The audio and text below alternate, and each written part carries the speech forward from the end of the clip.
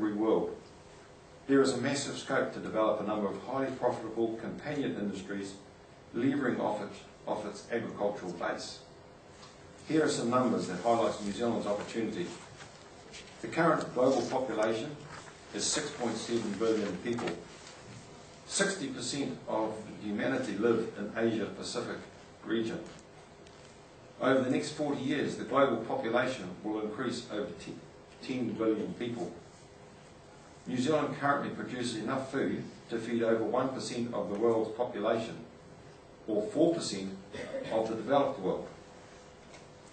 To quote the Honourable Dr. Michael Cullen, "For the first time in New Zealand's history, we are living in the right place, the right part of the world, for the right time."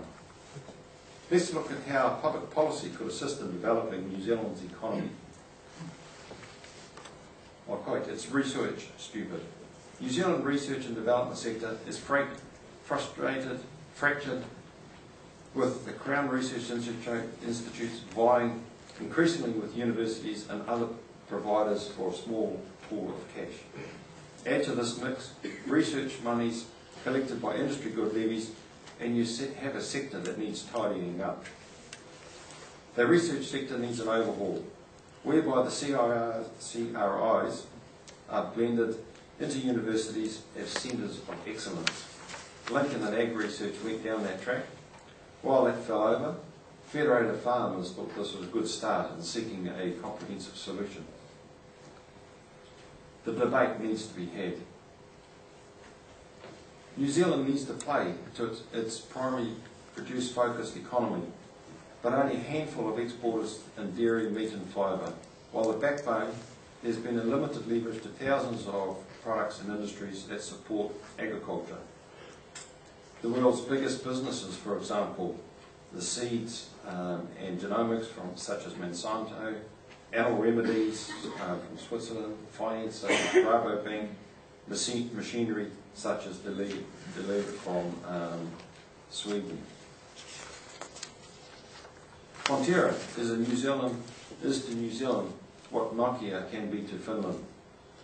Building a company that has a turnover of 18 billion into a global giant profitability, turning over, say, 60 billion, will come from a clear vision. Structure, as they say, follows strategy. New Zealand has to increase production through water storage, but a major expansion in milk supply will come from Australia as well as from other operating countries such as China. The key is control.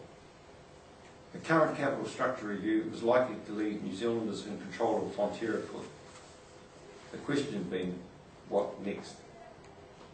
The key is to leveraging our value, similar to Intel Inside Flag on computers, which enables the value to be driven from goods we produce. Farmers fully accept the need to invest in Fonterra. That includes greater research and development. Water is New Zealand's future. While there is a finite volume of land, what differentiates New Zealand from Australia is water. We have an annualised basis, and they don't. Then again, there is little storage here. In Canterbury region alone, we could irrigate the whole of Canterbury and still only use 12% of the water that flows out the rivers. Water storage is an economic no-brainer, except for in the Treasury's eyes. Water storage, like other forms of economic development, don't need a lot of central government support.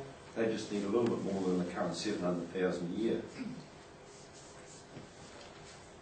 Property rights, though, do come with obligations. Some criticism of agriculture is deserved, but it's a legacy from the 1980s. On dairy farms, effluent is now recycled as fertiliser. We are working to use technology and riparian plantings. Councils, though, still discharge water, and in some communities is not even treated. That's a risk to our New Zealand brand. Climate change. Just want to touch on this. The global environment is changing, and there are opportunities for new technologies and industries to develop by way of research-led solutions. Farmers will have to change and adapt to meeting consumers' preferences and demand. Old systems of farming, pastures, species and technologies will continue to adapt. This will open doors and close some others.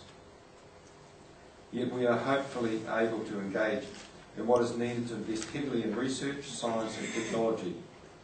Federated Farmers, for one, would like to see the OECD countries commit to 0.05% of GDP to a low-carbon research. This would raise 88 million annually within New Zealand and 34 billion globally. In the New Zealand context, rumen physiology is one we'd like to tackle directly. New Zealand could take a strong lead again in an area where we know a lot about. From the agricultural sector's perspective, there is a holy trinity in the offering. More production with fewer inputs generating less emissions. But we are only 9 years until 2018 when agriculture is enrolled into the current ETS. Agriculture accounts for 16% of all private debt, worth about 46 billion. That level of debt is linked on the basis of current agricultural practices. The supertanker takes many kilometres to stop, and 9 years is insufficient lead time to radically change farm business practices.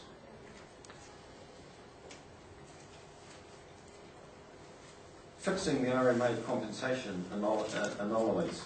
For farmers, there is a major anomaly in research in the RMA Act, and that is the lack of compensation. The reform of the RMA must enshrine one of the Western world's first tenets of property rights. Absolute regard for property rights must be incorporated into Section 6 of the RMA. This is even more critical than the Act can now be fast-track projects of national significance. It also applies to homeowners indirectly affected by major projects through to farmers who have designations placed upon their farmlands.